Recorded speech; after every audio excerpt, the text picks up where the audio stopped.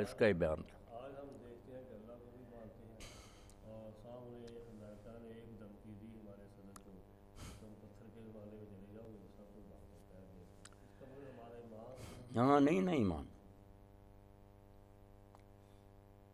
اللہ نے قرآن مجید میں ایسے لوگ جو تھے نا کہتے تھے ہم ایمان رکھتے ہیں، پچھلی امتیں تھیں یہود نصارہ، تو کام کرتے تھے غلط، تو یہی بات کہی نا بے سما یامرکم بے ایمانکم، اگر تم سچے ہو کہ مومن ہو تو ایمان یہ باتیں سکھاتا، بہت برا ایمان ہے تمہارا جو یہ باتیں تمہیں تلقین کرتا ہے۔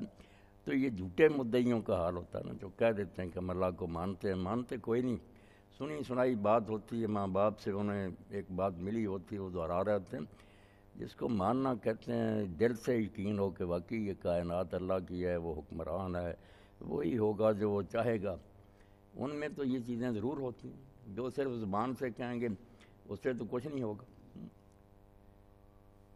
مولانا مودودی رحمۃ اللہ علیہ بہت یہ مثال دہراتے رہتے تھے کہ اگر کچھ زبان سے 1000 مرتبہ کہ سردی لگ رہی ہو کہ لحاف لحاف لحاف، 1000 دانہ یہ گھمائے تسبیح کا، لحاف نہ اوڑے تو سردی دور ہوگی، مر جائے گا ٹھٹر۔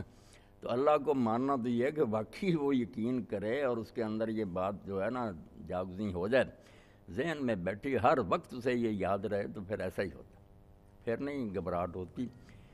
پہلی بات جو کہی کہ اس کے اندر آفاقیت پیدا ہو جاتی ہے، پہلے تو وہ یہی سوچتا نا کہ اپنی ذات سے ہی شروع کرتا نا کہ یہ میرا بھائی ہے، میرے ماں باپ کا ضائع ہوا، یہ دادا کی اولاد ہے، اسی کے اندر ہی گھومتا رہتا۔ جب وہ اللہ کو مان لیتا کہ سارا جہان اللہ کا، تو پھر ایک نیا رشتہ پیدا ہو جاتا، مشرق سے مغرب تک کے لوگ، آسمان و زمین کی ساری مخلوق، وہ کہتا میرے اللہ کی ہے۔ اس لیے وہ ان سے پھر سلوک یہ نہیں تعصب کا یا یہ نسلی جو تفریقین کا نہیں کرتا کہ یہ بیگانے، وہ کہتا سب اللہ کے، میرے اللہ کے، یہ سب چیزیں جو حتیٰ کہ نباتات جمادات یہ ساری کائنات میرے سے رشتہ ہے ان کا۔ ایک خط جو حضرت علی رضی اللہ تعالیٰ عنہ نے مالک اشتر کو لکھ کر دیا نا جب انہیں گورنر بنایا مصر کا، تو وہ بہت لمبا چوڑا ایسی ہدایات، میں رسالہ ہی ہے کہ حکمرانوں کو کیسے رہنا چاہیے، تو اس میں یہ بات ہی سنائی کہ تم وہاں جا رہے ہو تو لوگ جتنے بھی ہیں صنفان، 2 قسموں سے باہر تو نہیں ہو سکتے، 2 ہی کیٹیگریاں ہوں گی، اما نذیر الکا فی الخلق، مسلمان نہیں بھی ہوں گے تو تیری طرح اللہ کی مخلوق ہوں گے، یہ رشتہ تو ہے نا، وہ بھی اللہ کے پیدا کیے ہوئے ہیں، تم بھی اللہ کے، غیر مسلموں سے بھی اس طرح رہو کہ اللہ کی مخلوق تو ہیں، وَإِمَّا خُلَّقَ فِي الدِّينِ، اور کچھ وہ ہوں گے جو اس کے ساتھ دینی بھائی بھی ہوں گے تیرے، ان کا تو اور حق بڑھ گیا۔ تو پھر مسلمان جب اللہ کو مانتا نا، قرآن مجید میں اور حدیث رسول میں بھی جب ہم دیکھتے ہیں کہ کئی مرتبہ واقعی خلاصہ کے طور پر لمبی چوڑی بات کہنے کی بھئی اتنا ہی کہا جاتا، ایک شخص نے کہا اللہ کے رسول میں دین زیادہ نہیں تفصیل سے یاد رکھتا، مجھے تو خلاصہ آپ بتا دیں، آپ نے فرمایا قُلْ آمَنْتُ بِاللَّهِ ثُمَّ اسْتَقِمْ، اتنا کہہ دے کہ میں نے اللہ کو مانا پھر اس پر جم جا، دین تو سارا یہی ہے۔ قرآن پاک میں دیکھتے ہیں ان الذین قالوا ربنا اللہ ثم استقاموا، یا نہ نماز ہے نہ روزہ، یہ جنہوں نے کہہ دیا کہ ہمارا رب اللہ ہے، پھر اس پر جمے رہے، بس سب کچھ اس میں آ گیا۔ یہی بات ہے جو رسول کریم علیہ السلام جب فرماتے تھے نا کہ جس نے لا الہ الا اللہ کہہ دیا جنت میں داخل ہو گیا۔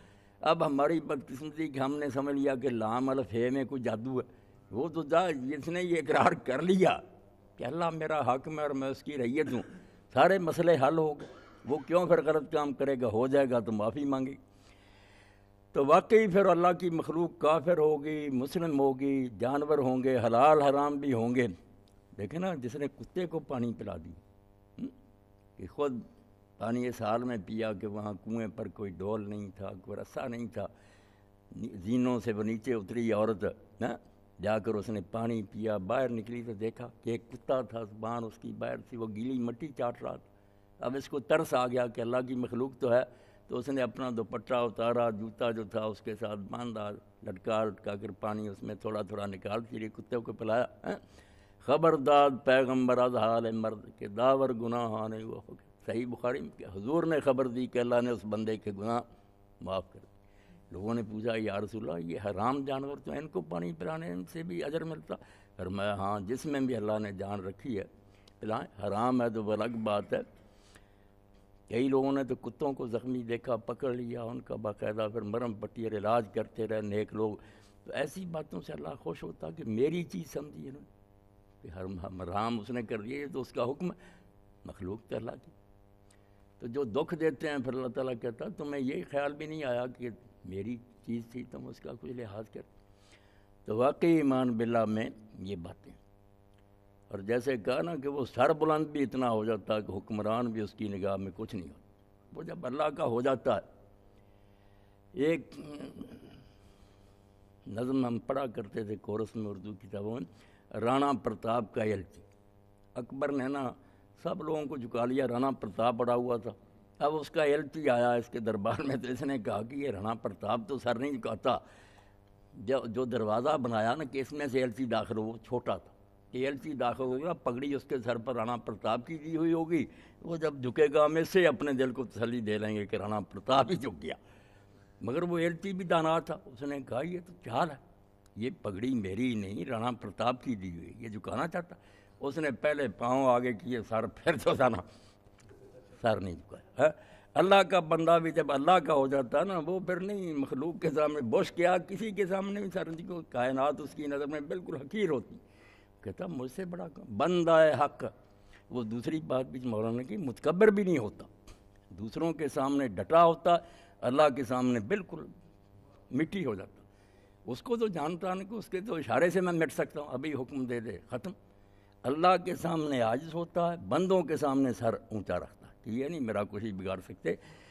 تو اقبال نے بہت پیارے انداز میں یہی بات کہی نا، بندہ حق پیش مولا لاستے. حق کا بندہ اللہ کے سامنے تو ہوتا ہے لا، کہ میں کچھ نہیں. کہتا نہیں، لا کہتا اپنے آپ میں ہے ہی نہیں. پیش باطل از نام برجاستے، مگر باطل کے سامنے وہ کہتا میں ہوں، کھڑا ہوتا پاؤں، ان کے سامنے نہیں جھکتا.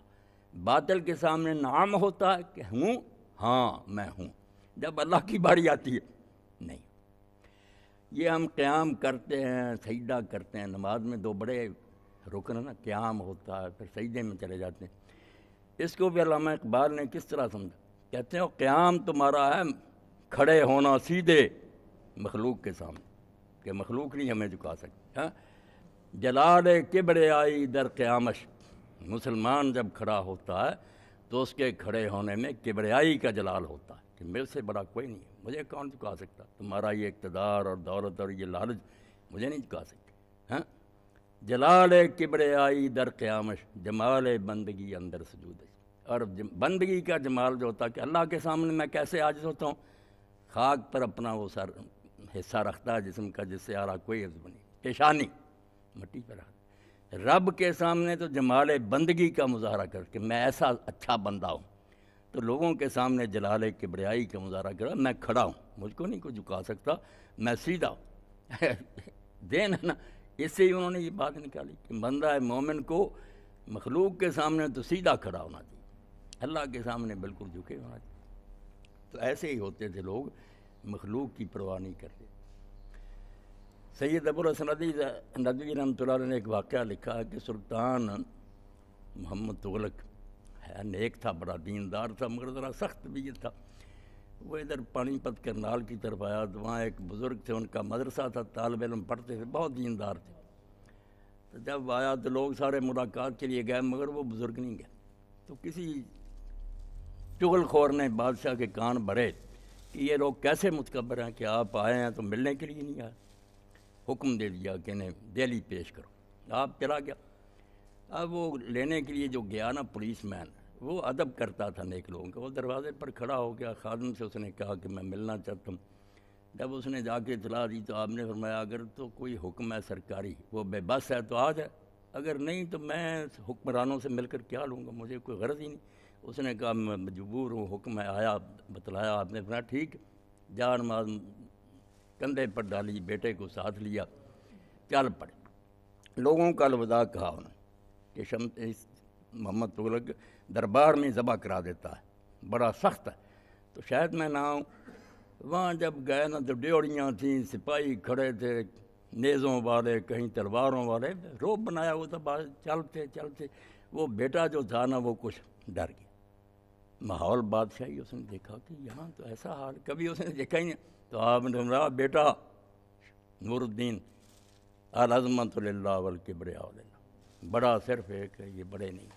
وہ کہتے ہیں جب ابا جی نے یہ بات کہی تو اللہ اکبر تو کہتے رہتے ہیں، مگر اس وقت مجھے یہ معلوم ہوا کہ یہ سارے جو ہے نا یہ بھیڑے ہیں، میں شیر ہوں۔ اتنی دلیری آ گئی کہ ٹھیک کہا ابا جی نے، ان کے پاس کیا، اگر موت آئی ہے تو کوئی بچا نہیں سکتا، اگر نہیں کچھ بھی نہیں، الٹے لٹک جائے جیسے مولانا مودودی رحمۃ اللہ۔ جب اندر گئے تو لوگوں کو توقع تھی کہ سلطان ظلم کرے گا، مگر ہوا عجیب، ہاتھ ملایا اس نے، اپنے ساتھ تخت پر بٹھایا، پوچھنا شروع کیا، بڑے ادب سے پیش آیا، سب لوگ حیران رہے۔ آخر میں اس نے کہا کہ کوئی خدمت کا موقع دیں مدرسہ۔ انہوں نے کہا مدرسہ اللہ کی مدد سے چل رہا، پہلے بھی آپ نے کوئی مدد نہیں کی، نہ ہم نے آپ سے مانگی، اس کی مدد سے اور توفیق سے چل، کوئی ضرورت نہیں۔ مگر جب وہ رخصت ہو گئے نا تو اپنے خادموں سے کہا کہ یہ تھیلی لے لو، باہر جا کر انہیں پیش کرنا کہ سلطان کی طرف سے نذرانہ۔ انہوں نے پیش کیا، انہوں نے کہا نہیں بھائی میں ان چیزوں کو ہاتھ نہیں لگاتا۔ اب محمد تغلق نے کہا کہ مجھ سے بے شمار لوگوں نے ہاتھ ملائے ہیں زندگی میں، سب کے ہاتھ کامتے تھے، مگر جب اس مرد درویش نے ہاتھ ملایا نا تو میں صرف اپنے وقار کی خاطر چپ رہا، ورنہ میری چیخ نکل آئے گی، اتنے زور سے ڈرایا بوڑھا۔ اور ساتھ کہا کہ اس کی یہ جو ہے نا دلیری، اس کا راز یہ ہے کہ اس نے پیسوں کو ہاتھ نہیں لگایا۔ میں نے باہر بھی بھیجے، یہ استغنار بے نیازی نہ ہوتی، محتاج سمجھتا مرا تو ضرور یہ بھی منتیں کرتا، مگر جب اس نے سمجھا اللہ دے گا، ہم نے کیا لینا ہے محمد تغلق سے، ہاں۔ تو یہ مولانا نے جو کچھ کہا، واقعی جب پڑھیں نیک لوگوں کی زندگی تو پھر پتہ چلتا جن کے اندر یہ تھا کہ اللہ ہے، وہ ایسے ہی تھے، ان سے زیادہ دلیر کوئی نہیں تھا، ان سے زیادہ کوئی بے خوف نہیں تھا، سارے ان سے ڈرتے تھے۔